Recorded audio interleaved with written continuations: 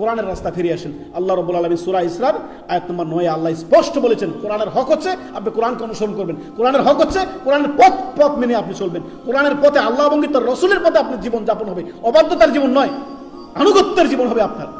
আল্লাহ তাআলা এই কথাই বলেছেন, ইন্না হাযাল কুরআনা ইয়াহদি লিল্লাতী হিয়া আকওয়াম ওয়া ইউবাশশিরুল মুমিনিনা আল্লাযীনা ইয়া'মালুনা আস-সালিহাতি আন্না লাহুম আজরান কাবীরা। আল্লাহ রাব্বুল বলেন, নিশ্চয়ই এই কোরআন এমন একটি সঠিক এবং সরল পথ দেখায়, ইনসাফ ন্যায় নীতিপূর্ণ পথ, যেই পথে কোনো আপনার কি নাই, এই যেই পথে কোনো প্রকার বিন্দু পরিমাণ বেইনসাফ নাই, যেই পথে কখনোই মানুষের প্রতি জুলুম করা হয় না, ন্যায় নীতি ইনসাফপূর্ণ একটি পথ কোরআনের পথ।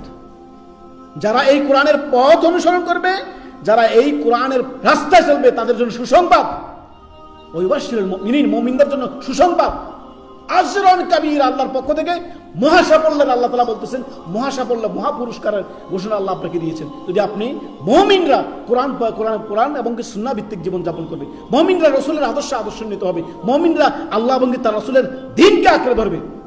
অবাধ্যতার জীবন হবে না মুমিনের কখনোই, জেনা ব্যভিচারের জীবন হবে না, সুদ ঘুষের হবে না, জুলুম অত্যাচারের হবে না, অন্যের হক মেরে খাবে না, সে সর্বদাই আল্লাহকে ভয় করবে, সর্বদাই ইন্নী আখাফু আল্লাহ, সর্বদাই যেখানে থাকুক না, যেই অবস্থা থাকুক না কেন, সে বলবে ইন্নী আখাফু আল্লাহ, আমি আমার রবকে ভয় করি।